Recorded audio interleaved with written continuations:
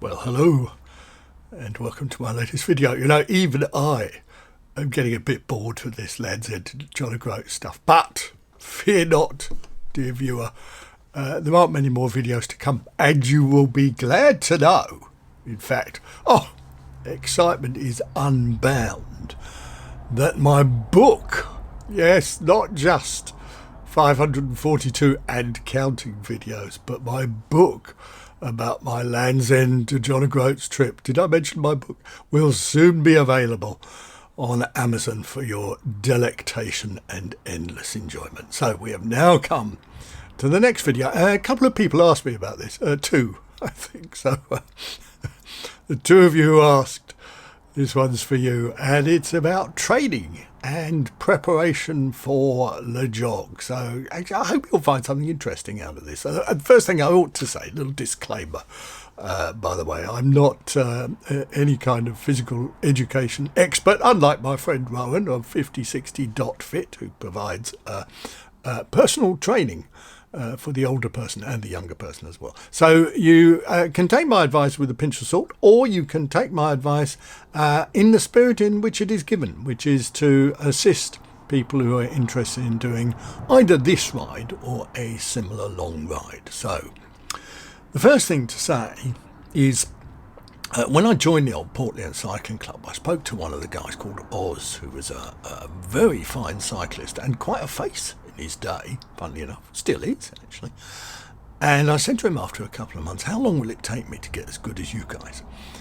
And he said to me, you never will. He said, because you can't get the miles in your legs that we've got. Now, I'm not sure that's entirely true, but the point I wanted to make is the way to get good at cycling, the way to get strong at cycling, the way to prepare for a Land's End to John O'Groats is to ride your bike. As Fausto Coppi said, ride your bike, ride your bike, ride your bike. The more miles you can manage to get in your legs, the better. And I suggest, because you're probably planning your LeJog trip some months hence, let's say more than 3 months, that you have some kind of training plan.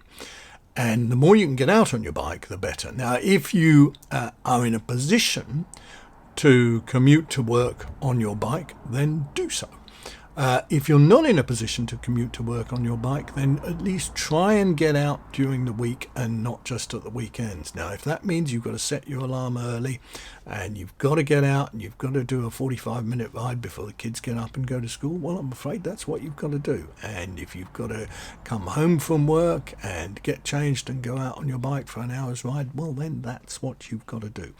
And then you should add to that some long rides at the weekend.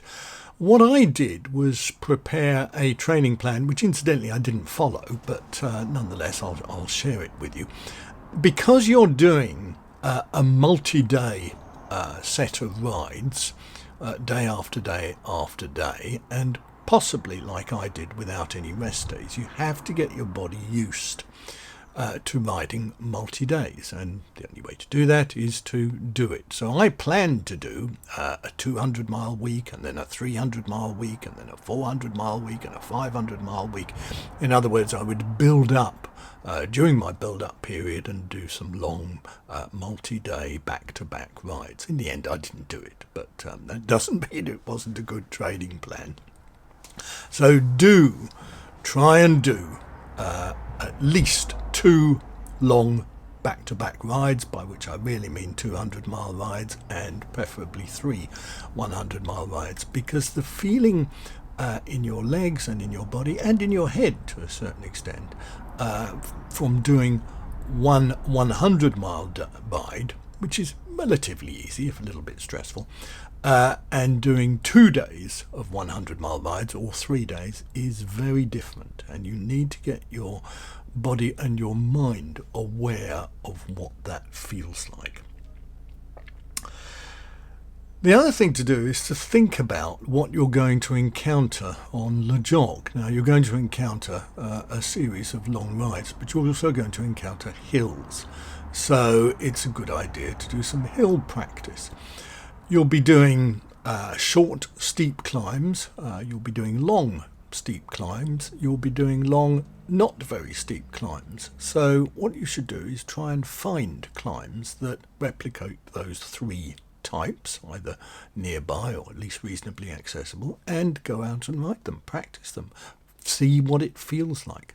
Do hill repeats, go up a hill, go down, go back up it, go down, go back up it. There's no need to try and ride quickly, but you do need to learn to ride steadily, and you do need to learn what it feels like. If all of the climbs that you've done up till now have been on fairly shallow hills, you need to find some steep hills because you're going to be doing that.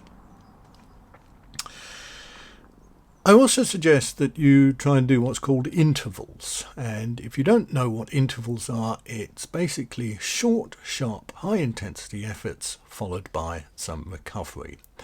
I suggest you look on the internet. There is all kinds of information on the internet, including training plans for something like LeJog, and that will show you the best way to approach intervals and how to do them. They are best done indoors on a turbo, because if you're out on the road and you get interrupted by traffic lights or other traffic or riders or whatever it is while trying to do your intervals, it's not quite so easy. I mean, you can do it, yeah, but if you've got an opportunity, and this goes, by the way, for commuting to work. If you're not in a position to commute to work but you do have a turbo, then get on the turbo and get some turbo miles in. And one of the particular advantages of riding on the turbo is that you can get more of a workout in a shorter period of time than you perhaps can on the road. The other advantage of riding on the turbo is it gives you an opportunity to ride your bike even if the weather is bad. But although you can't really practice riding in the rain, because, you know, riding in the rain is riding in the rain, you are almost certainly going to have to do it on LeJog, so you might as well get used to it. So just because the weather's bad, don't say, oh, I'm not going out on my bike, the weather's not very nice, because you're not going to be able to do that during the jog. You're going to have to get out, get on your bike and ride. I also suggest, apart from cycling, that you do some non-cycling or off-the-bike exercises. Again, there's a lot of information on the internet about what exercises to do. Squats are very important or very useful. Things that strengthen your core, the kind of centre of your body, which is where the muscles are that should be doing a lot of the work when you're cycling. So core strengthening exercises are very useful. One thing that you can't adequately train for is the lack of adequate rest and recovery that you will experience on the LeJog, and I certainly experienced it. I didn't find the individual days riding difficult, but the lack of adequate rest and recovery is quite stressful on your body. There's not much you can do to practice sleeping, but if you've got any techniques that help you sleep better, for example, having a warm bath or a shower before you go to sleep, not eating too late in the evening, and avoiding looking at your screens or your iPad or watching telly immediately before you try and go to sleep, are all useful tips and tricks. In terms of recovery, a lot of people, not me, although I know I should do cycling stretches of hamstrings and other muscle groups, both before and after a ride.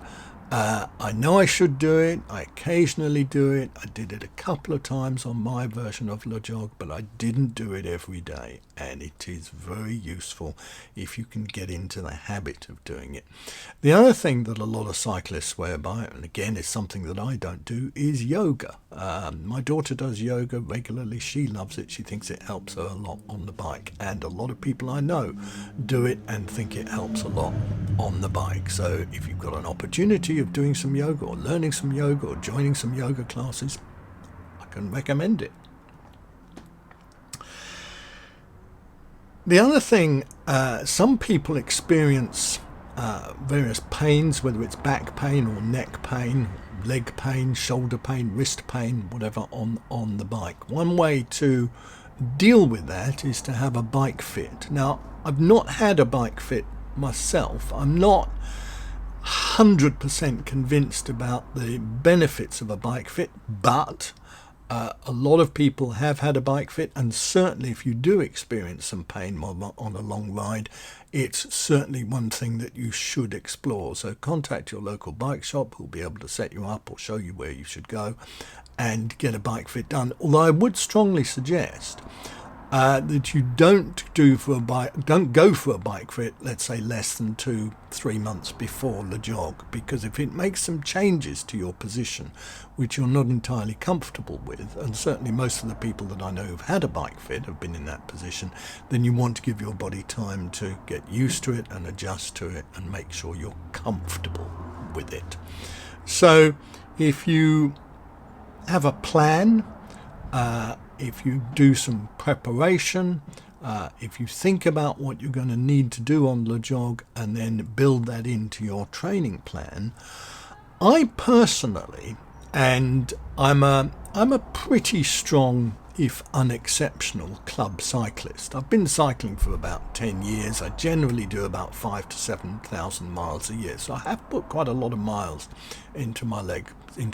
But my view is that if you are a reasonably competent, fairly regular cyclist, then you will manage LeJog without too much difficulty if you do some of these training ideas, or if you put into effect some of these training ideas that I've mentioned in this video. So I hope you've found some of these things useful. There were some people on the jog trip that I was on who struggled a bit, didn't find it as easy as others. Partly that was because I don't think they'd done sufficient training. Partly that was because they were relatively new to the bike and, as I say, didn't have the miles in their legs. But if you do the training, if you do the preparation, if you do these kind of things that I suggest, I see no reason why you can't not only complete LeJog, but complete it in relative comfort and really enjoy the experience. So, as I said at the beginning, there's still a few more of these videos you're going to have to sit through. I know not everybody sits through all of the videos, but you can't have everything, can you? So, look forward to seeing you again soon. Thanks for watching, and see you next time.